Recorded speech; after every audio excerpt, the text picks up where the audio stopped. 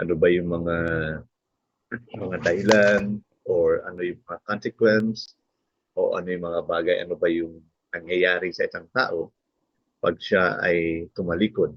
Especially, nagsisimula ito sa puso. You know, God is dealing us. Dinidil tayo ng Panginoon lagi sa heart. Gaya mo sinabi niya kay Samuel, God is not looking on the outward appearance of men, but God is looking on the heart.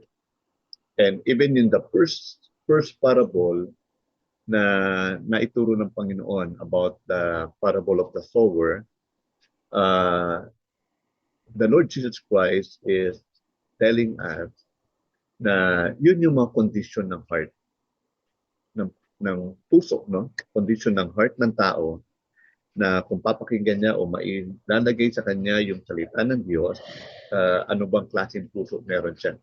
So God is always dealing with the heart of man.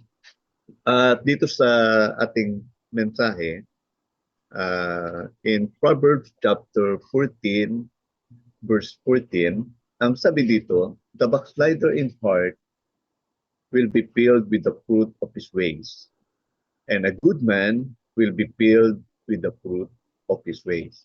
So, ang backslider daw na puso ay mapupuno ng kanyang gawa, no? Sariling gawa niya. Kasi may mga gawa para sa Panginoon, may mga gawa para sa kanyang sarili, may mga gawa para sa kaaway. But I think this is backslider in heart will not be a work for the Lord. Okay? So ang sabi dyan, it will be filled with the fruit of his ways o yung kanyang sariling daan, sariling pamamaraan, sariling buhay. Okay? Ibig sabihin, humihiwalay. Pag nag-backslide daw yung heart, humihiwalay ito doon sa kalooban ng Diyos, humihiwalay ito sa nais ng Diyos, humihiwalay ito doon sa daan na gustong daanan, gusto ng Diyos na daanan natin. Di ba? At yan yung sinasabi sa verse na yan. Okay, tingnan natin. So, what backsliding in heart is? Ano ibig sabihin ng tinatawag na backsliding sa heart? Sabi ko nga, it always begin in the heart. Kasi dito natin niluluto yung lahat eh. Yung ating desire, yung ating even sin, di ba? Sabi ng Bible, ang mapandaya ang puso. The heart is wicked, no? So, ito yung dapat binabantayan natin. At sinabi rin ng Biblia na dapat pabantayan natin kung ano yung laman ng puso natin. Okay. What backsliding in heart is? Ano ba ibig sabihin ng pagpa-backslide or sa Tagalog is pagtalikod or sa ibang salita is panlalamig or sa ibang salita ay pag-iwan sa unang pag-ibig. Usong-uso ngayon yung movie na Hello Love. Ano ba yan? Hello Love Again. Okay. May mga, ewan ko uh, kung panatiko pa rin kayo sa mga artista. Di ba? Kinikilig pa rin kayo pag kayo'y nanonood ng mga ganyan. Ayun, hello Lord again. Okay. Minsan kinikiliti tayo ng kinikiliti tayo ng mundo eh. No? At minsan nababaling yung ating mga focus like yung nangyayari sa bansa natin ngayon. We have to pray hard. Kasi wala eh. Ang nag-aaway ngayon, Presidente at Vice President na eh. Paano naman tayo? Di ba? So we have to pray. May gusto i-deal ang Panginoon sa bansa natin. Okay? Marami siya in-expose. Marami siya in-expose. Okay? And hindi ako namumulitika. Pero we have to pray hard for our nation. No? Let's pray natin si BBM. Let's pray for Sarah. Or let's pray for everyone in the government. Kasi pag ganyan na nangyayari, then magiging shaky. No? Maraming problema na dapat ayusin pero hindi nagiging maayos. Kasi nga, doon pa lang sa simula, doon pa lang sa pinakamataas na posisyon ay nagkakaroon ng problema. Okay? So, balik tayo doon. What's backsliding in heart is? Okay? Number one, it consists in taking back that consecration to God and His service. And that represents true conversion. So, pag nagkaroon daw ng backsliding in heart, binabawi o binabawi yung pagbibigay ng kanyang buhay at kanyang paglilingkod. Di ba? Nakikita niyo yung mga nagbabackslide, nanlalamig sila, wala na silang gana sa maraming bagay patungkol sa Diyos. Yung kanilang sinumpaan na, Lord, maglilingkod ako sa iyo, hindi na nila ginagawa. Yung mga bagay na pinangako nila sa Panginoon, di ba? Hindi na nila magawa. Kasi nga, nagkakaroon ng declension o pagtalikod o pagbaba ng kanilang desire ng paglilingkod sa Panginoon. Pero yung true conversion, di ba, makikita natin, ang tunay na pagkakaligtas, you have the full consecration to God. You have the full service. Talagang yung paglilingkod, gustong-gusto mo yan. Yung pag-ibig sa Diyos, gustong-gusto mo yan. Yung mga bagay na patungkol sa Kanya, gustong-gusto mo yan. Lahat ng serbisyo patungkol sa Diyos, ginagawa mo yan. Because that is a true conversion. Yan ang tunay na pagbabago. Pero kung nagkakaroon ng backslider o backslider in heart, then you are taking back, parang binabawi mo yung mga bagay na magko-consecrate tayo sa Diyos at sa Kanya at sa paglilingkod sa Kanya. Okay. So, in Revelation chapter 3, verse 14-20, and unto the angel of the church of the Laodicea, write, this thing said the Amen, the faithful and true witness, the beginning of the creation of God. I know thy works, that thou art neither cold nor hot. I would thou were cold or hot. So then, because thou art lukewarm, manigamgam, and neither cold nor hot, I will spew thee out of my mouth. O isusuka kita. Isusuka kita sa aking bibig. Because the host say, yes, I am rich, and increase with good, and have need of nothing. And knowest not that thou art wretched, and miserable, and poor, and blind, and naked. Okay? So, ito raw, yung mga nag-iwan ng kanilang ayun, naging maligamgam sa paglilingkod sa Panginoon, kahit mayaman, at sinasabi nila, mayaman ako. No? Pero ang totoo, ang sabi ng Panginoon, you are poor. Diba? And,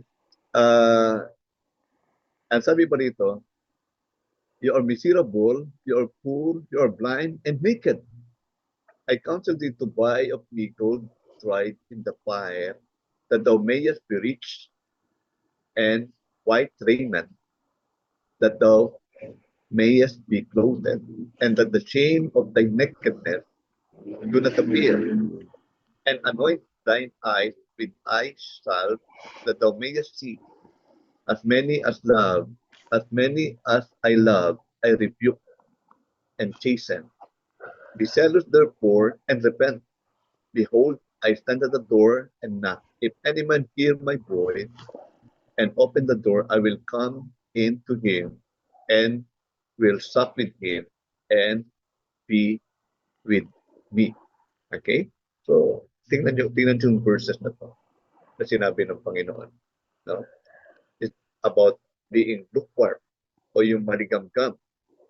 So, ang katayuan daw ng isang maligamgam na kahit sinasabi niya siya'y mayaman at marami siyang mga ari-arian at hindi niya kailangan na anumang bagay, ang sabi ng Panginoon, you are wrong. I remember yung story na meron daw isang mayaman na umani ng sagana sa kanyang bukirin. At ang sabi niya, anong gagawin ko? Ang dami kong inani. Alam ko na. Gigibayin ko ang aking maliit na kamalig at magpapagawa ako ng mas malaking kamalig, warehouse, no? Magpapagawa ako ng mas malaking kamalig at ilalagay ko doon lahat ng aking inani. Ang ganda ng plano, di ba? At ang gagawin ko, magpapakasaya na lang ako sa aking buong buhay, kakain, iinom, at magpapakasaya sa aking buhay. Di ba? Ganda ng plano. Pero all those plans has been rebuked by God. Kasi ang sabi ng Panginoon, hangal, sa gabing ito, kukunin ko ang iyong buhay. Saan mapupunta lahat ng pinagpaguran mo? So wala.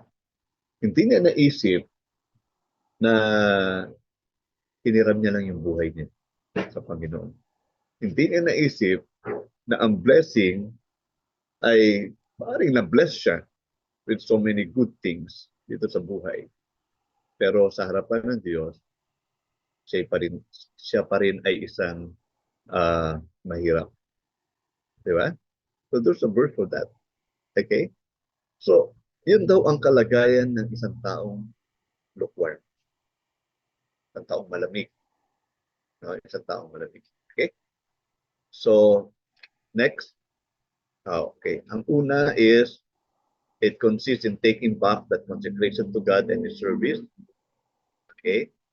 And number two, it is the living by Christian of His first love. Ito yung pag-iwan ng isang Kristiyano sa kanyang unang pag-ibig. Okay, you know, first love is very important. Kasi sa first love, doon mo lahat binubuhos. Doon mo lahat pinapakita. Doon mo lahat pinag-aayos, pinagbubuti. Pag second love na, ewan ko kung sinasabi nila, love is sweeter that second time around. Hello, love, again. Okay? So it is the living by a Christian of his first love. Pag tayo raw ay nagkaroon ng backsliding heart, iniiwan daw natin yung ating unang pag-ibig. Okay, yung unang pag-ibig, no? Yung unang pag-ibig. Oh, Revelation chapter 2, verse 4, nevertheless, I have somewhat against thee, because thou hast left thy first love. Okay, yan yung against ng Panginoon doon sa church na sinasabihan nito, ay iniwan mo iyong unang pag-ibig. Okay? You let your first love. You lose your first love. Okay? You know, yung first love, that is our devotion of heart to God. Includes yung confidence sa Lord, yung sympathy sa pag-ibig niya.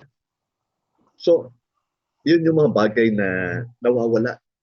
No? Yung mga bagay na nawawala. And, you know, the first love will manifest itself in an intense love doon sa mga gawain para sa Diyos. Pag may first love tayo, napaka-intense, napakatindi ng pagmamahal mo. Pagmamahal mo sa Diyos, pagmamahal mo sa kaluluwa mo, okay? Pagmamahal mo sa kaluluwa ng iba, o pagmamahal mo sa mga patungkol sa gawain ng Panginoon, no? Lahat ng mga ordinances doon sa piling ng Panginoon sa kanyang tahanan. Also, yung first love, nagmamanifest dito yung tinatawag nating cheerful obedience. Di ba? You are perfectly joyful in your obedience. Pag ando doon yung first love. It also implies the great seal for the cause and honor of God. No? Kung lahat ng gagawin mo, magbibigay ng kaluwalhatian sa Diyos. Yung sinasabi ni Pablo, kumain man kayo, uminom man kayo, kung ano man ang inyong gawin, ay gagawin ninyo para sa kanyang kaluwalhatian, para sa kapurihan ng Diyos. Amen? You want to give honor, everything. No? If you've been blessed, then you will just say, Lord, I'm blessed because dahil sa iyo. Di ba? So any prosperity that we have, we say it, Lord, for your glory. Di ba? Kung pinayaman ka ng Panginoon, bless ka ng Panginoon. Actually, ang blessing kasi, hindi yan for, nakikita niya sa 2 Corinthians, di ba? Pag bless ka, ang pinaka-purpose niya, para may magamit ka rin sa iba. Ma-bless mo rin yung iba. That's for the accumulation. Not for the accumulation of wealth. Hindi yun ang tinuturo sa atin ng Biblia. Mag-accumulate tayo na mag-accumulate ng wealth. No. When you have been blessed, you have to give. Freely give, freely receive, you have to freely give. Okay? So, yan yung mga sinasabi natin na ibig sabihin ng first love. Pero pag nawala yung mga yan, di ba? So, yun ang pabantayan natin. Pag wala na tayong cheerful obedience, hindi na tayo natutuwa na sumunod. Puro murmuring na lang. Sabihin ng leader natin, nak, ganito gawin mo. Ako na naman. Diba? So, nagmumurmur na tayo. So, hindi na tayo masaya. Nasa church tayo. Diba? Alam niyo po, nagsimula po ako sa church when I was 13 years old. Born again po ako, 13. Ang una kong ministry is mag-janitor. Janitor sa church. Kasi meron kami school noon, yung ACE, Accelerated Christian Education. So, ang ginagawa ko, nag-aaral ko sa school. So, sabi ng pastor namin, sige, Renato, ano na lang, tawag dito. Ano bang tawag doon? Yung libre ka sa tuition. Libre ka sa tuition. Pero, ang ministry mo is this. Magwalis ka sa church, magdiri ka ng mga halaman, ako yung gardener dun sa paligid ng church. So, yun ang ginagawa ko.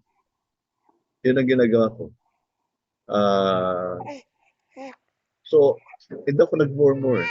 I'm happy to do it.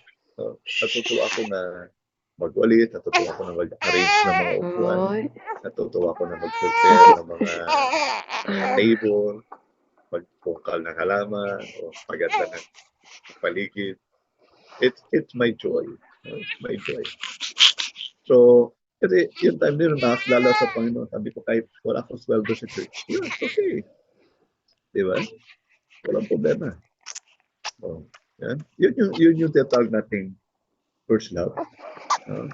Hanggang ngayon, pag nasa church, linis, buhat, whatever na pwede mong gawin, still, andun yung iyong kasiyahan na makapaglingkod.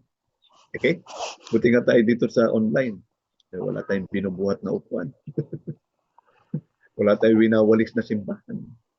Wala tayong halaman na inaalagaan na pinapaniman. Di ba? So, atin lang tayo sa online. So, di ba? High-tech na tayo ngayon. Okay. So, di ba? Yung true love to God, nagmamanifest yan. It manifests itself in the absence of a spirit of self-seeking. Self-seeking. So, yung nagiging selfish ka. You are really devoted to God and not to self. Not to self. You will observe they are not continually making self the chief end of their efforts. So, ang pinaka-end ng paglilingkod mo sa Panginoon because of your devotion to God. Okay? So, that is. Sige, tayo. Number 3, it consists in the Christian withdrawing himself from that state of entire and universal devotion to God, which represents true religion, and coming again under the control of a self-pleasing spirit. Okay? So, pag nag-backslide ka, ang isang Kristiyano, isang tao, wini-withdraw niya yung kanyang sarili sa tinatawag niyang devotion to God. Okay? O yung bagay na is consecrated, his thinking is all about God, is thinking about the spiritual things, about religion. I'm not telling religion Catholic or whatever, hindi. Sabi na religion, your belief, di ba? Your true belief. Okay? Yan. Tapos, bumabalik ka doon sa tinatawag na self-pleasing spirit na gusto mo lagi na pi-please yung sarili mo, hindi ang Diyos. Okay? May mga ganun eh. Na pag nagbabaslide, yun na lagi please yung kanyang sarili. Nagawa siya ng mga bagay na mag-iingay siya sa social media, sa FB, para lang i-please yung kanyang sarili. Okay? So, yan. So, yan yung mga bagay na backsliding in heart. Okay? Actually, marami pa yan. So, nagbigay lang ko ng 3. Next thing is, what are the evidences of backsliding in heart? Ano ba yung mga evidence? So, titingnan nyo na ha, kasi dito pa lang. I-check natin yung sarili natin. Ano ba yung mga ebidensya? Kasi na may ebidensya. Para malaman natin kung yung heart pa natin, nagiging lukewarm na ba tayo, nawawaglit na ba yung ating first love? Nagbabackslide na ba yung heart natin? Okay, let's look at this. Number 1, a lack of religious enjoyment is evident of backslidden heart. Hindi ka na happy. Hindi ka na happy umattend ng prayer warrior. Hindi ka na happy umattend ng TGPF. Hindi ka na happy mag-church. No? Wala na. Hindi ka na nag-enjoy sa mga bagay na yun. Okay? So, tingnan nyo. If that is your heart, then baka naman nagbabackslide na yan. Okay? Iba yung hindi ka naka-attend kasi may biglaan. Or hindi ka na, pero yung hindi ka umattend kasi wala ka ng gana. Hindi ka na umattend kasi hindi ka na nag-enjoy. Di ba? Okay? O yan. So, another indication is reluctance to give money for Christ's cause. Yan. So, yan. Hindi ka na nag-enjoy magbigay. At natutuwa ako kanina dahil tinuturuan ng mami yung mga anak na magbigay para sa Lord. Kahit piso-piso lang yan. So, kasi alam niyo po, pag nasanay tayo magbigay, masanay tayo na magbigay ng offering o ng tithes o tumulong, alam mo, malaking bagay yan. Pero pag reluctance na tayo, medyo ayaw na natin magbigay para sa Panginoon, para sa gawain ng Panginoon. Aba, ingat-ingat na tayo. No? Kung dati kaya natin magbigay ng 100, ngayon pa, teka lang, bawasan ko kaya, ngayon ko 50. Hala. Bawasan ko kaya yung tithes ko. Imbis na 10%, gawin kong 9%. Di ba? Parang nagiging reluctant ka na magbigay. Okay? Men give their money to the object their hearts love. So, yan. Di ba? Ang tao nagbibigay sa bagay na minamahal nila. Okay? When they give to the ministry, so it means their love the ministry. Oh. Pero kung gagastusin mo yung pera mo para lang mag-enjoy sa buhay na ito nang walang kinalaman sa gawain ng Panginoon, saliksikin mo yung sarili mo. Minsan tayo, mas malaki pa yung gastos natin sa mga bagay sa mundong ito for our pleasure kaysa doon sa gawain ng Panginoon. And the truth, I've seen so many rich men na pag magbigay sila sa church, konti lang. Pero pag gumastos sila para sa kanilang pagkain, kanilang sarili, kanilang kotse, kanilang bahay, kanilang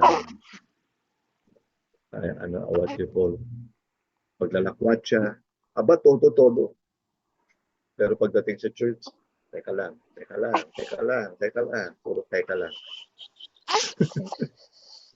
So, when you are called to give for Christ's cause freely, do you meet the call cheerfully? Diba? So, yung sinabi dyan sa 2 Corinthians 9:7, each one must give as he has decided in his heart, not reluctantly or under compulsion. Hindi napipilitan. Ha? Hindi napipilitan. Kung yung decision ng puso niya, or yung decision ng puso niya dapat naaayon sa decision o sa kalooban ng Diyos. Di ba? Not reluctantly, hindi napipilitan or under o hindi, ano yung compulsion. So for God loves a cheerful giver. How about those who are not cheerful? Do you think, sabi natin, mahal din sila ng Panginoon. Di walang pinagkaiba. Cheerful tsaka uncheerful is mahal din pala ng gold. Pero that's a logic. For God loves a cheerful giver. How about if not cheerful giver? Di ba? Yan yung mga logic. If, then, if, di ba? So, each one must give as he has decided in his heart, not reluctantly or under compulsion, di napipilitan, dahil mahal ng Diyos ang nagbibigay ng masaya. Amen? Okay. So, hindi lang turuan natin yung mga anak natin na magbigay ng tama, turuan din natin magbigay ng masaya. Okay? Hindi lang malaki, hindi lang natin sa turuan kung paano magbigay ng malaki, turuan din natin sila magbigay ng masaya. Kasi malaki nga binigay, hindi naman masaya. Tama nga yung binigay, hindi naman masaya. Dapat lagi kong magkasama yan. Okay? For God loves a cheerful giver. Okay, number 2, a lack of interest in God's word and prayer is also an evidence of a backslidden heart. So, check. Tingnan natin kung interesado pa ba tayo? Ginagawa pa ba natin yung ating devotion?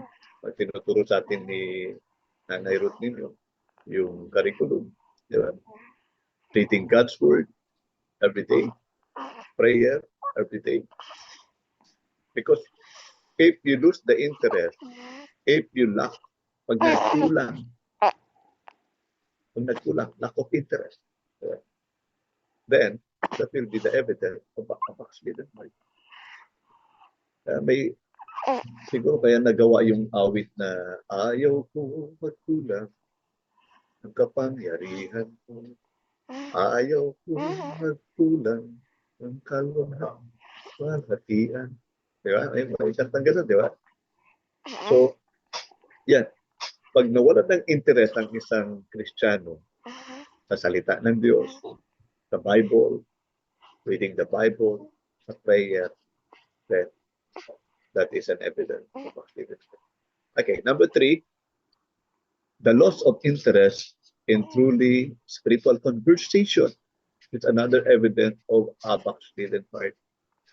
Parang wala ka ng gana makipagkwentuhan patungkol sa mga bagay na spiritual.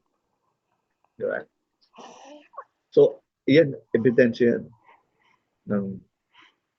Yan yung mga work ng backslidden heart. Ayaw mo lang kontakin si kapatid para magkwentuhan kayo ng mga spiritual na bagay. Gusto mong kakwentuhan si mga chismosa. Nakapit-bahay mo, mga marites. Mas gusto mong kausap. Kaysa sa kapatid mo sa Panginoon. Kaysa sa leader mo, kaysa sa mentor mo. Di ba? Alam nyo, may leader ako ganyan. Ayaw na, kahit i-chat mo, magsisin lang. Backslide yun. Alam ko, backslide na siya. Kamustahin mo, magsisin lang sa chat. Kahit tawagan mo, hindi ka sasagutin. Diba? Kasi wala na eh. Lost na yung interest niya na makipag-usap, na ayusin, na itama, at gawin yung mga spiritual na bagay. Kasi nga, yung heart, nagbabackslide na. Okay? So, that's one of the evidence. Okay? Another thing is pleading for worldly amusement is also an indication ng backslidden heart. Alam niyo po, napakaraming amusement na ino-offer ang kaaway. Minsan nga, for example, yung mga party-party, even panunod na sini. Sabi nyo, si Tatay Reb naman, masyado naman ano. Sige nga, manood ka ng Hello Love again. At tignan ko kung habang nanonood ka, naisip mo ang Lord, baka kinikilig ka lang dyan. Okay. So, pleading for worldly amusement. Ang daming worldly amusement na ino-offer ang kaaway. You remember nung si Jesus ay tinutokso ng kaaway. Ang offer sa kanya ng kaaway ay sambahin siya. Ibibigay niya lahat ng magandang nakikita niya. Kasi dinala siya sa tuktok ng templo. Pag nasa taas ka ng templo, siguro pinakatuktok, yun ang pinakamataas na lugar sa kanila. Makikita mo lahat. So yung ganda ng paligid. All the amusement. Nandun lahat. Offer ng kaaway yun. As a part of the temptation. Diba? So, we have to be careful with all the amusement. Hindi lahat ng bagay nakakalugod sa Panginoon. Maraming ang pagkain natin na tuwan-tuwa tayo. Pagkain tayo na marami. Masarap. Pero that is glorify God. Kasi maraming pagkain na imbis na give makaayos sa'yo, makakasira pa sa'yo. Kaya nga sa Old Testament, napakahalaga sa kanila na sundin yung mga kautusan patungkol sa pagkain. Yung mga bagay na yun. Lahat yun itinuro ng Biblia. That for your own goodness. Para sa kabuti. Hindi naman itinuro yan para sakalin ka o para maging bandage ka. Hindi. Tinuro nga sa atin yan. Sabi ni Pablo na hindi lahat ay mabuti siguro, pero hindi lahat nakakapagbigay ng benepisyo sa iyo. Okay? So another worldly thing. So, ano man yung mga worldly things na amusement, ingat-ingat tayo. Okay? Sige. Number 5. It's a lack of interest. It's a lack of interest in the salvation of soul. Have you experienced these things? Parang ayaw mo na mag-evangelize. Parang wala ka ng burden na mag-pray para sa kaligtasan ng nanay mo, ng tatay mo, o ng mga kapatid mo, o ng anak mo, o ng kaibigan mo. Di ba? Parang wala ka na interest para maligtas pa sila. Pero teka lang, hindi yan yung tinuturo ng Diyos sa atin. Because soul, we know that is precious in the sight of God. Ang kaluluwa ng tao, sabi nga po ng aklat ng Lucas, pamtanman daw niya ang yaman at lakas ng mundo dito sa mundo. Ngunit mapahamak naman ang kanyang kaluluwa. Anong ganansya nito para sa kanya? Di ba? So ang kaluluwa is very precious. That's why Christ died for that soul. Okay? So pag nawalan tayo ng pag-ibig o ng interest sa mga kaluluwa, then, tingnan natin, baka nagbabackslide na yung heart natin. Okay? Then, next, show what are consequences of backsliding in heart. Ano yung mga consequences? Okay, so let's look at this. Some consequence in backsliding of heart.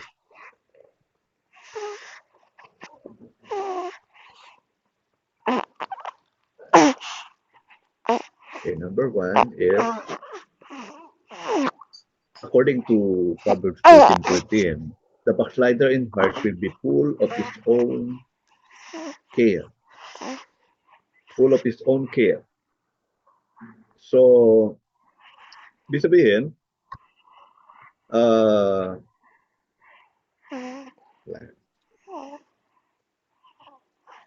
he has turned back to selfishness. Bumabalik siya doon sa pagiging makasarili. And he counts himself and his possession as his own.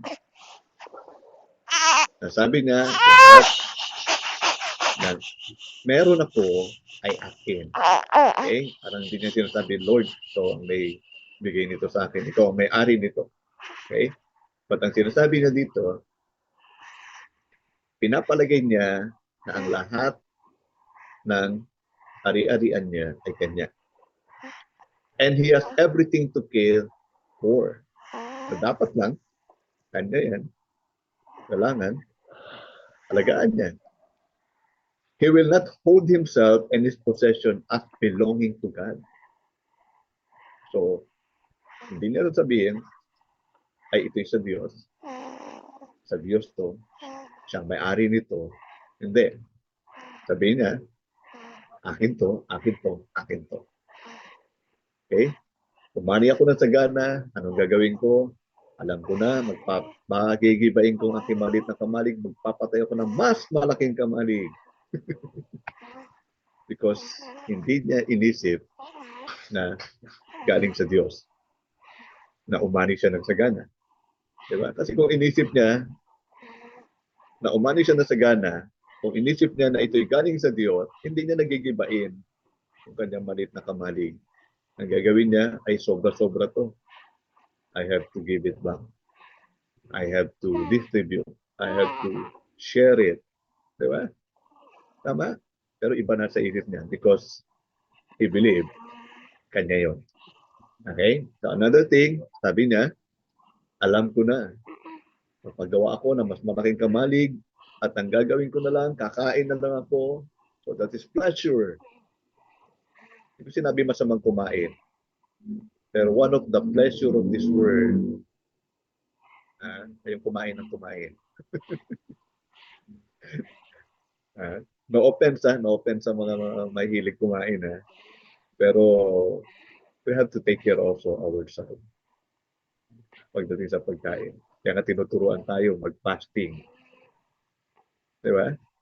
Nanay Ruth ninyo, tinuturuan tayo mag-fasting. Bakit tayo tinuturuan mag-fasting? Para mabigyan din natin ng matimbang natin na man shall not live by bread alone. Tama? Kasi yung pagkain, isa yan sa pwedeng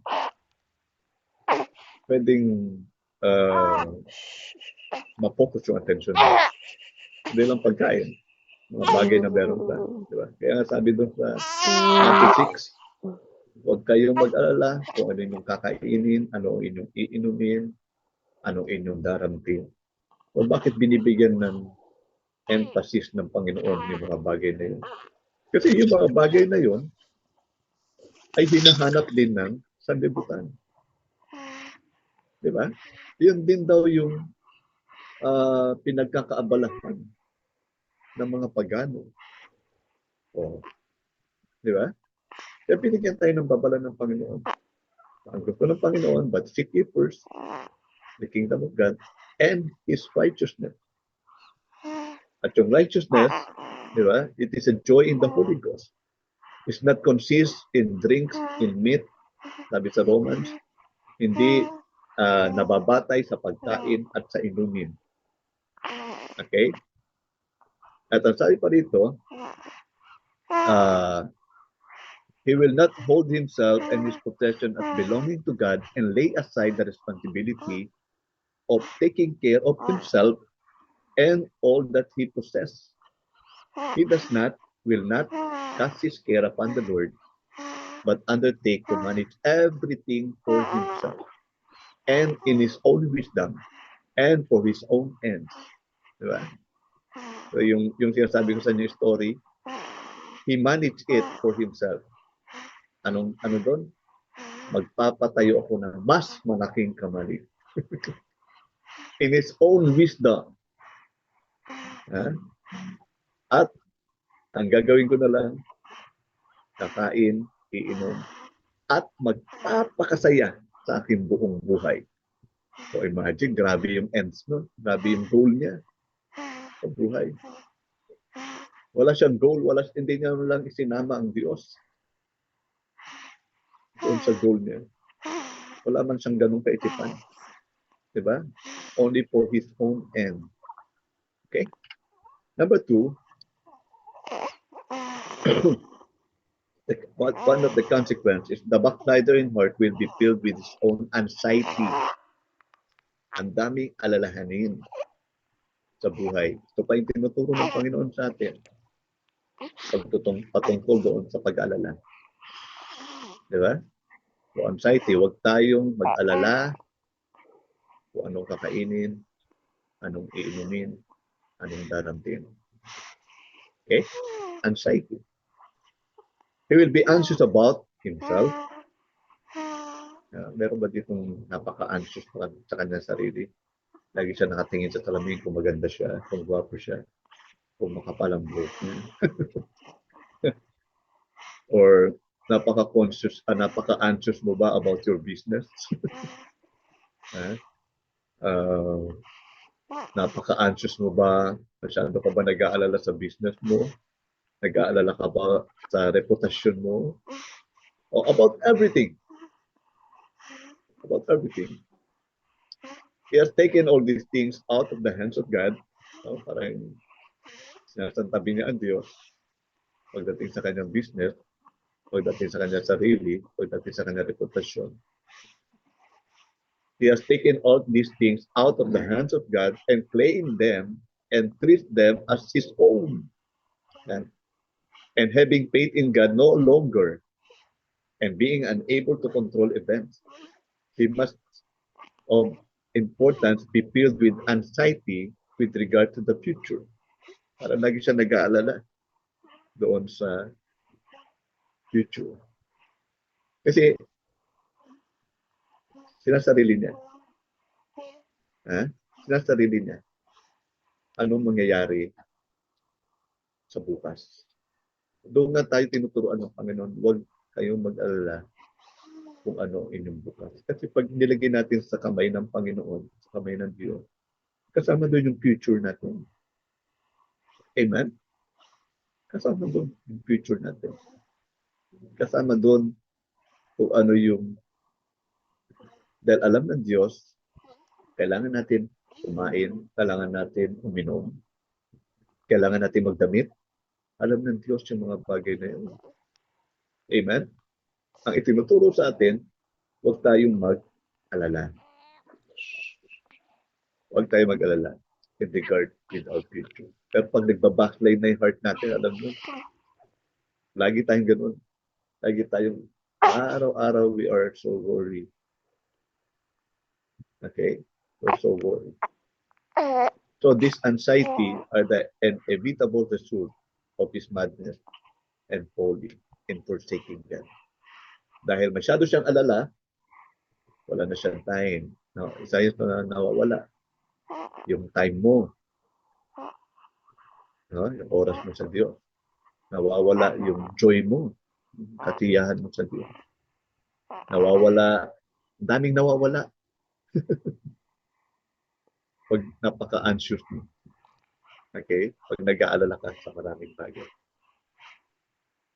Diba? I remember Martha and Mary.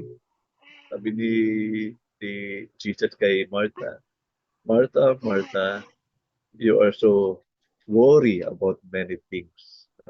Nag-aalala ka sa maraming bagay. Pero isang bagay ng kailangan, yun yung ginawa ni Maria. Ano yung ginawa ni Maria? Nakinig siya, umupo siya sa paanan ng Panginoong Yesus. Amen? Nagbigay siya ng oras para sa Diyos. Yun lang pala yung kailangan. Hindi mo kailangan gumawa ng maraming bagay para sa Diyos. Okay? O maging anxious ka sa maraming bagay. May mga bagay na better. No? We have to choose better than good. What is better? What is best? Eh, yung makinig ka sa Panginoon. Yung bigyan mo siya ng time. Yung unahin mo ang kanyang kaharian, ang kanyang katuwiran.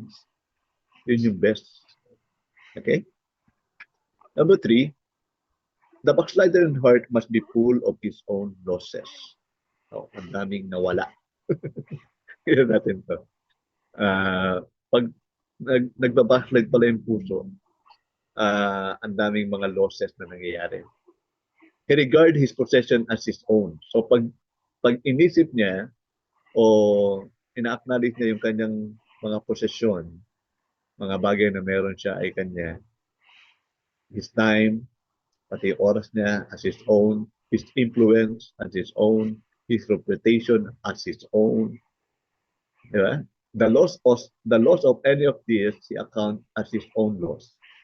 So pag nawala yung mga bagay na to, so kawalan niya yun. Kasi iba naman eh. Pag alam mo yung pag-possession mo, sinabi mo na, Lord, this is yours. Sa iyo to. Kahit mawala yan, malulungkot ka? Hindi. Kasi, bakit? Hindi naman iyo. Di ba? So, pag masyado ka lang,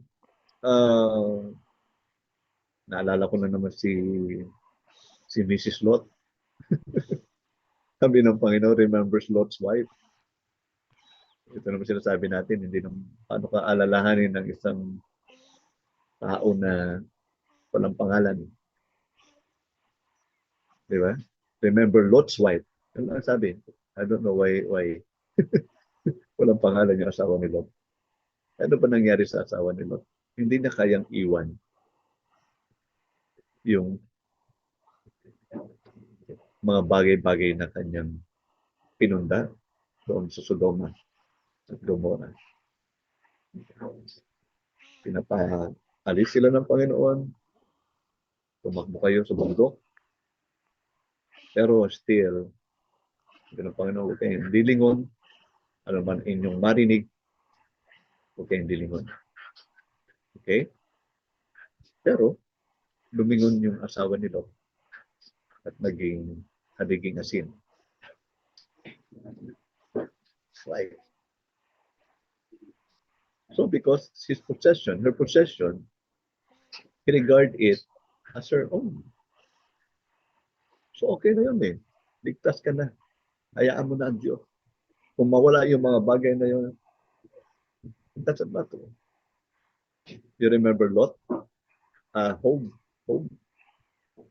Ang sabi ni Job, ang Diyos ang nagbigay, ang Diyos ang siyang kukuha. Yun yung heart na napakaganda. Kasi hindi niya iniisip yung mga bagay na tinatangkilik niya, kanya. Iniisip na yun, ang Diyos ang nagbigay,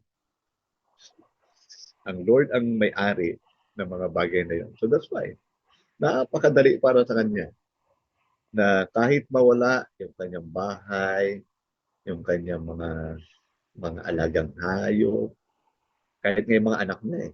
No? Kasi ina-acknowledge niya ang Diyos ang may-ari ng lahat ng meron siya. Di ba? Yung asawa niya lang hindi nawala eh. Yung pa yung tinira. Joke lang.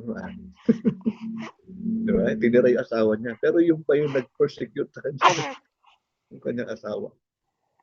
mga kaibigan niya, pinersecute siya. So lahat yun, nawala yung reputasyon niya, nawala yung possession niya, no? Nawala yung maraming nawala sa kanya. Pero it doesn't matter to him. Okay lang yan. Kasi yun naman sabi niya, ang Diyos ang nagbibigay, ang Diyos din. Ganun siya, ganun ang nasa isip niya. Kasi ganun ang puso niya. Amin po ba? So the loss of any of these he account as his own loss, having forsaken God and being unable to control the event upon which the continuance of those things is conditioned. He will find himself suffering losses on every side. Okay? He lost his peace. He loses his property.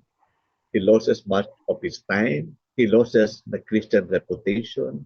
He loses his Christian influence. And if he persists, even he will lose his soul. So yung mga nagbabackslide, pag talaga nagpatuloy, naging matigas, at pinanindigan na ang kanilang pagiging backslider, even ang kanilang kaluluwa, ay pwede mapahami. Di ba nakakalungkot? Ang daming malulos, ang daming mawawala. Pati ang kaluluwa mawawala. Okay. Number 4, the backslider in heart will be filled with his own bandage. His own bandage. Maraming nakatali sa kanya. So, this loss of first love or backslider in heart is indicated by a sense of bondage. So, tingnan natin mga bondage na ito. When the Christian performs a religious duty, not from any sense of love, but of bondage to conscience, you may know that first love is gone.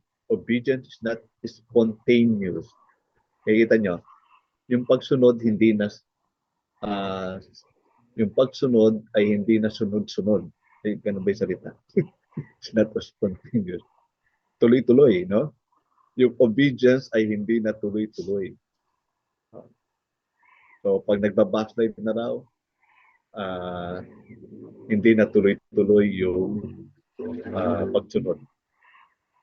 Okay? Hindi na sunod-sunod yung pagsunod. Pwede rin, ano? So, under one's first love, it is always is. Pero pag nakita natin, pag andun yung unang pag-ibig, yung obedient, spontaneous yan. Tuloy-tuloy yan. Walang patid yan. Amin po? Okay? So, yan. Next, how to recover from a state of backsliding. Meron pang may pagkakataon pa. Alam nyo ang tao, pag hindi pa ho namamatay, meron pa hong pagkakataon. Okay? Kaya nga, ang Panginoon, yung tinuruan niya yung mga iglesia doon sa Revelation, nagbigay siya ng, sabi niya, ng pagkakataon pa. You have to repent. You have to repent.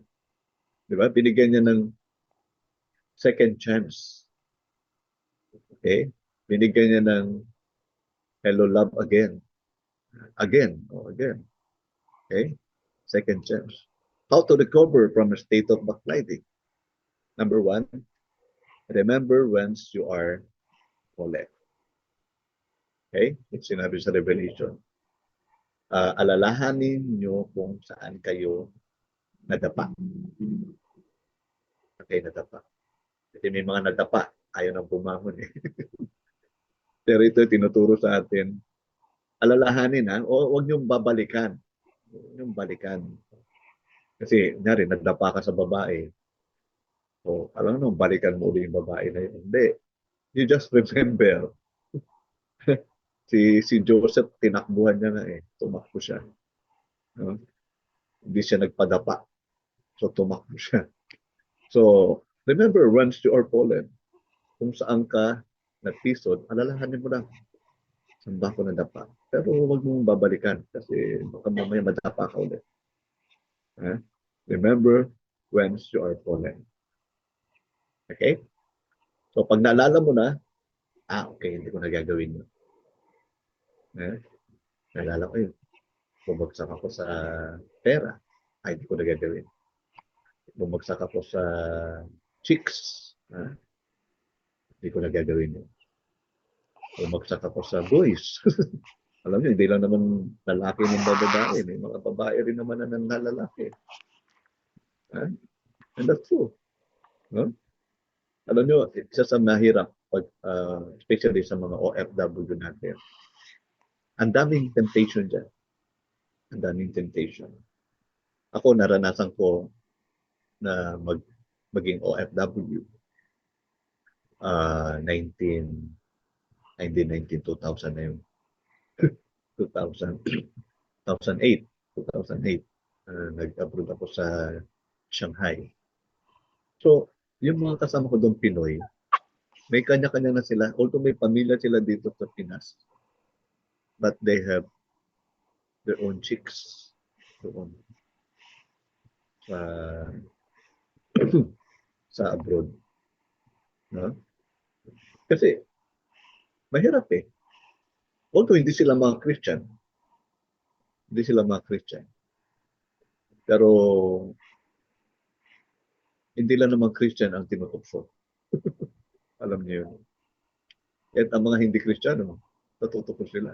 Tinutukso sila. At patuloy silang tinutuksohin. Diba? Kasi yun ang nais ng Diablo. Yung mga born again, tutuksohin para mapalayo sa Diyos.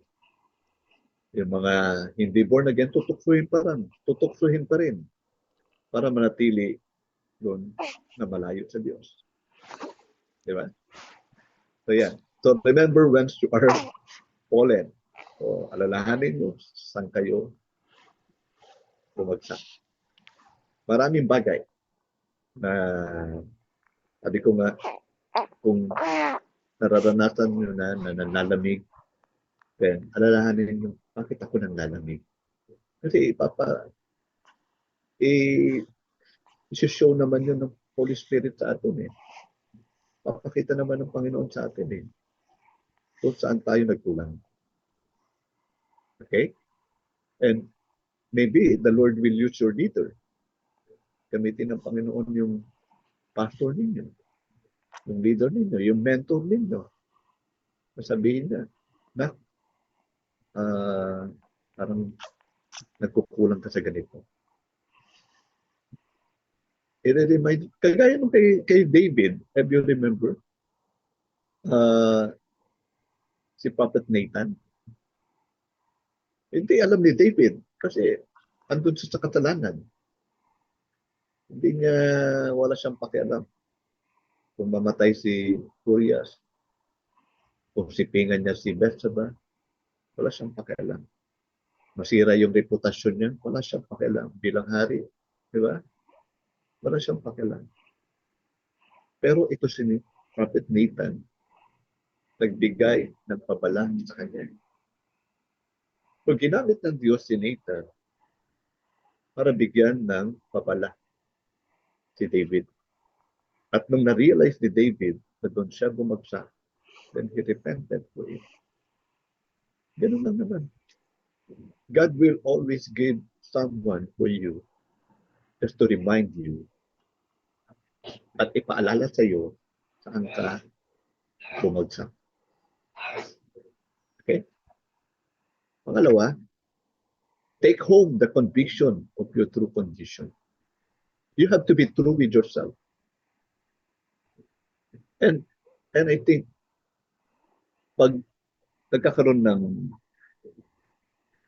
backslider in heart or panlalamig or pag-iwan sa first love, no?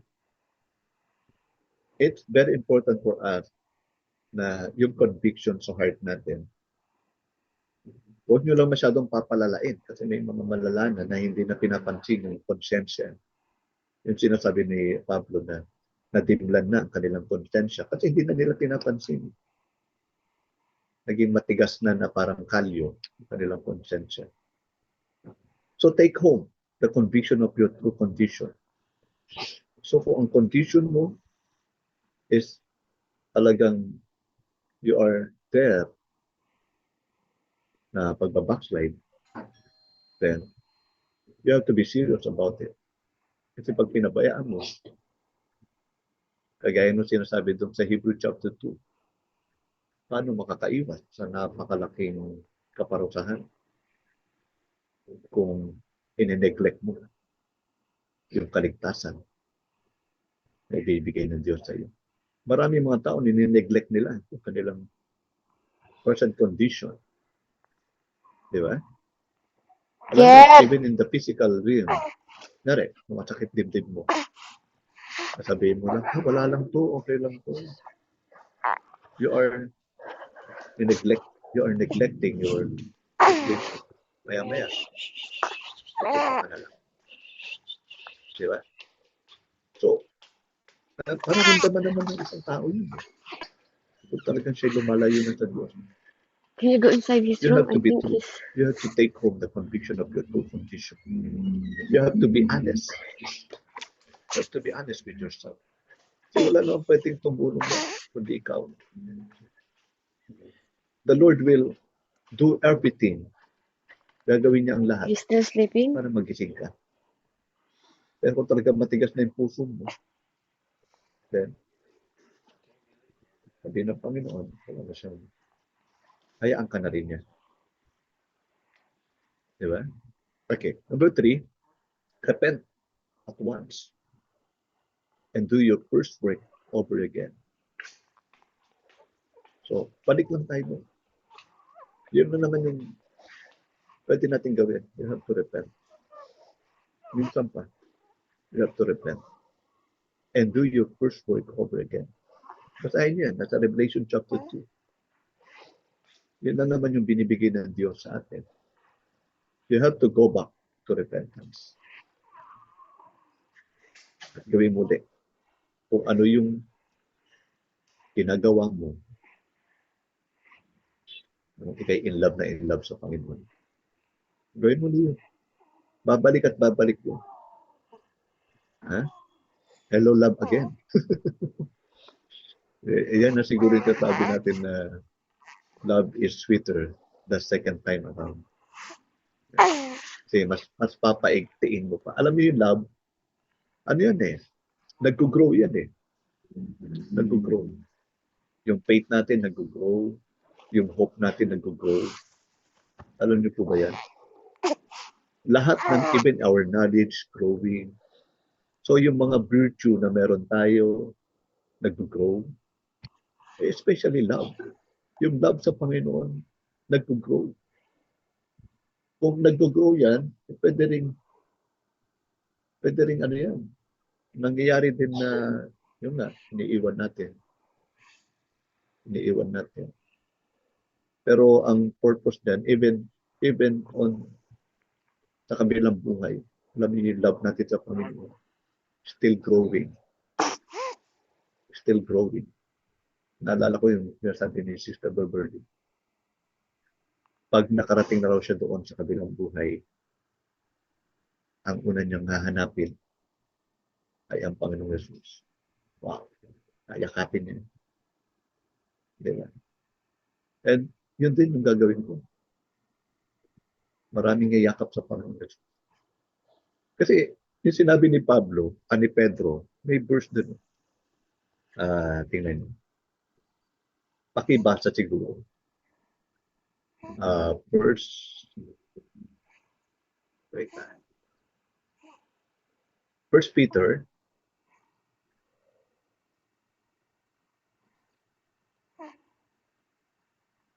pakibasa nga. Sino pwede magbasa? Amen po. First Peter po, Pastor? Kaya lang ha.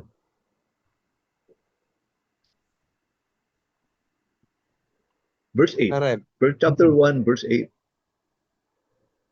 Amen. First Peter chapter 1, verse 8. Na ang sinasabi po rito, hindi ninyo siya nakita kailanman, ngunit siya ay inibig na ninyo. Oh, God. Hindi po siya nakikita magpahanggang ngayon. Nalig na kayo sa Kanya. Dahil dito'y nag-uumapaw na sa inyong puso ang kagalakang di kayang ilarawan sa salita. Puri ng Panginoon. Tingnan niyo yung verse na yan. Totoo pala yun. Ito yung long distance relationship. Pero kasi hindi naman long distance yung pag-ibig natin sa Panginoon. Pero ang sabi dyan, kahit hindi nyo pa nakikita, ang Lord Jesus, kahit hindi nyo pa siya nakikita, anong sinabi dyan? Na in love na kayo sa Kanya. Tama? Though you have not seen Him, you love Him. Wow. Lalo pa kaya, pag nakita mo na. Di ba? Lalo pa kaya pag nakita mo na ang Panginoon. Sinong gustong mauna doon?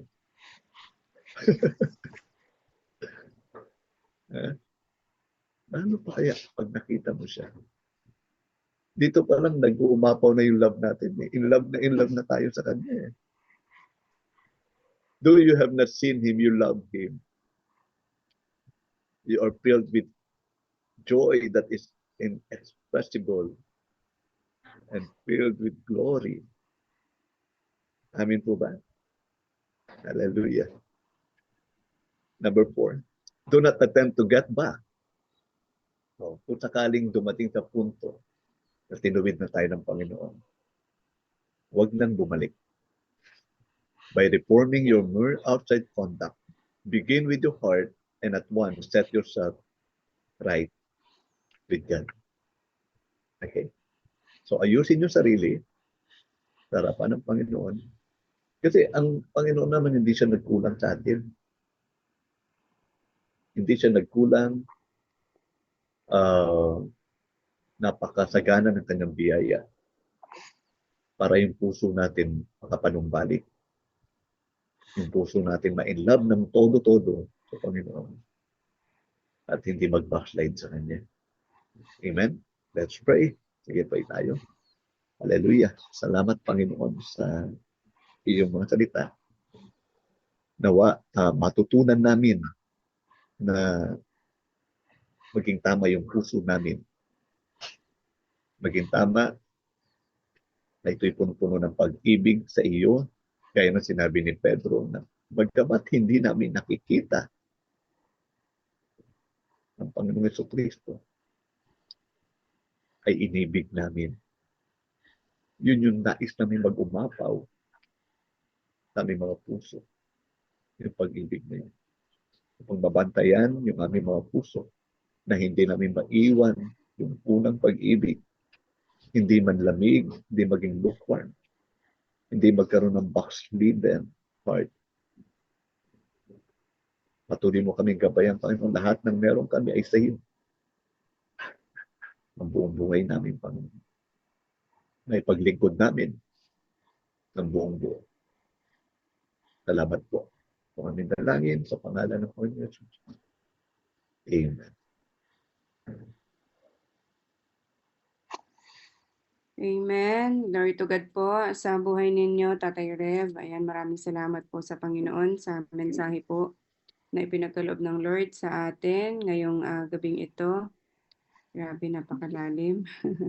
Ayan, picture daw po muna tayo. Amen. Sige po.